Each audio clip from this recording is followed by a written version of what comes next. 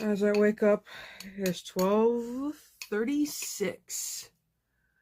A bowl of Fruity Pebbles comes a long way. This was only $1.67 at the grocery store, and I bought it, and no one knows. That's besides the point. I'm waiting for it to get soggy, because I know people don't like soggy cereal sometimes. They want it to have it, like, hard, but with Fruity Pebbles and Cocoa Pebbles, you gotta have them soft, because they just hit different, you know what I mean?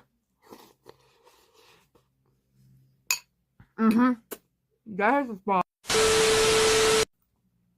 But you're not here to hear me like eat about cereal, you know? You're not here to watch me eat cereal. This isn't a mukbang channel.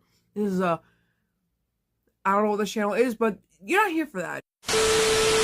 You're here because today we're talking about Ghostbusters 2. Now, I previously talked about Ghostbusters 2 in my this video right here that I did with my friend Luke about the continuity of Ghostbusters because it's very confusing. And I mentioned Ghostbusters 2 in that video, but there are a lot of Ghostbusters 2 things I couldn't fit in that video, and today we're doing the legacy, but just know that we will eventually do the thematic analysis of Ghostbusters 2 because we couldn't really get into that in this video because I wanted to get that video out before Ghostbusters Day, and I managed to release it on Ghostbusters Day. So how cute.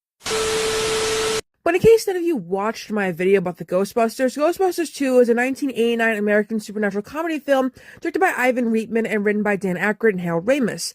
The film stars Bill Murray, Dan Aykroyd, Sigourney Weaver, Harold Ramis, Rick Moranis, Ernie Hudson, and Annie Potts, so basically the same cast from the first movie.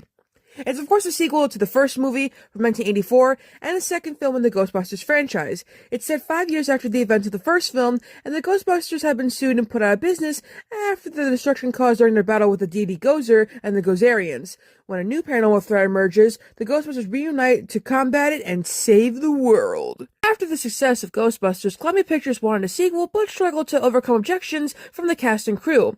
As with the first film, Dan and Harold collaborated on the script, which went through many variations. The pair wanted to convey a message about the consequences of negative human emotions in large cities. They settled on the idea of negative feelings, creating a massive supernatural slime beneath New York City that empowers malevolent spirits. With a budget of $30 to $40 million, filming took place between November 1988 and March of 1989 in New York City and LA. Production was rushed and large sections of the film were scrapped after poorly received test screenings. New scenes were written and filmed during reshootings between March and April of 1989, only 2 months before its release. The movie was eventually released on June 16th of 1989 to genuinely negative reviews.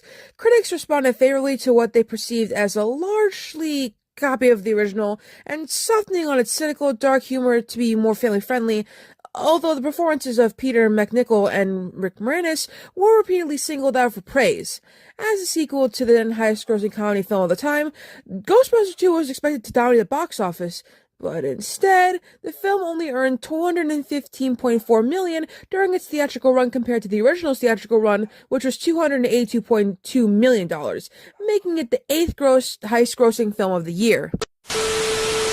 Columbia Pictures deemed it a failure, effectively dissuading Bill Murray from participating in a third movie, a one that we never got, and is the reason why we had the 2016 reboot, I Hate My Life.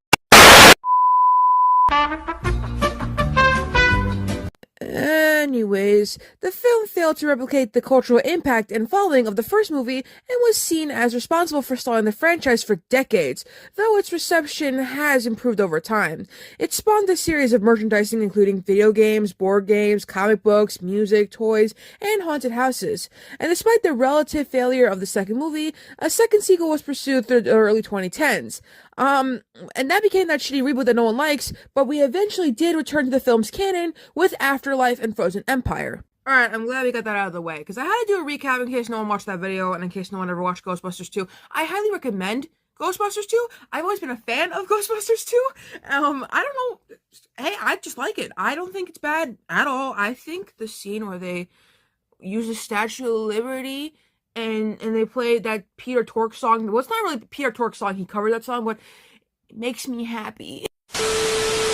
Anyways, let's get into the legacy of this movie.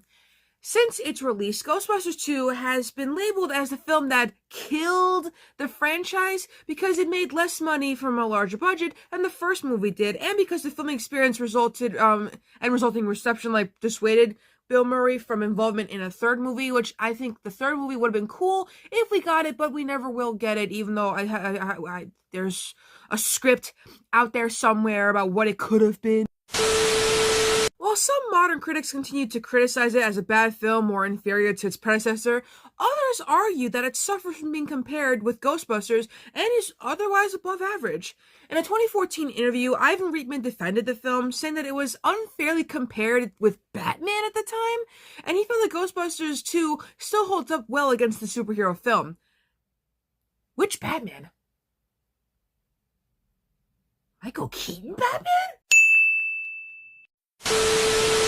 Digital Spy defended the film as well, saying it's as good or as better as Ghostbusters, and it said that the plot for the second movie is arguably better than the first plot of the movie, with multiple threads coming together in a seamless third act with a positive ending that works better with modern audiences.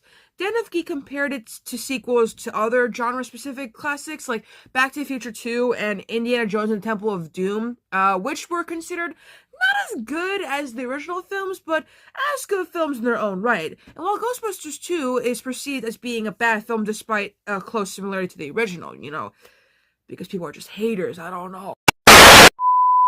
Deadspin said that, like those aforementioned films, Ghostbusters 2's darker set pieces and comedy made it more suited for adults than children, but that is better than most people remember. Uproxx called it the ideal film, they called it that, to watch during the New Year period, because it offers an unsubtle, simple morality tale about treating others well. And, I guess I agree with that. Contemporary review aggregation website Rotten Tomatoes offers a 55% approval rating from 40 critics, with an average rating of 5.4 out of 10. The site's consensus reads, "Thanks to the cast, Ghostbusters 2 is reasonably amusing, but it lacks the charm, wit, and energy from its predecessor." The film has an average score of 56 out of 100 from Metacritic, based on 14 critical reviews, indicating mixed or average reviews, and in 2009, Den of Geek listed it as the 18th best blockbuster sequel of all time. And this is where I'll end the video off for now, but there will be technically like a part 2 and part 3 when I do the thematic analysis and when I talk about the merchandising, because I want to leave that separate, because there's stuff in here I didn't know about besides the board games and the games and comic books or whatever. But I hope you guys enjoyed the video. I think my cereal got too soggy, so I should probably eat this while editing. But now the milk tastes like fruit because this is Fruity Pebbles. But other than that, I'll see you all in the next video, where we'll talk about the fact that Sammy Davis Jr. was in a movie. Well, movie's a harsh word. He's in a something with Adam West and Christopher Lee.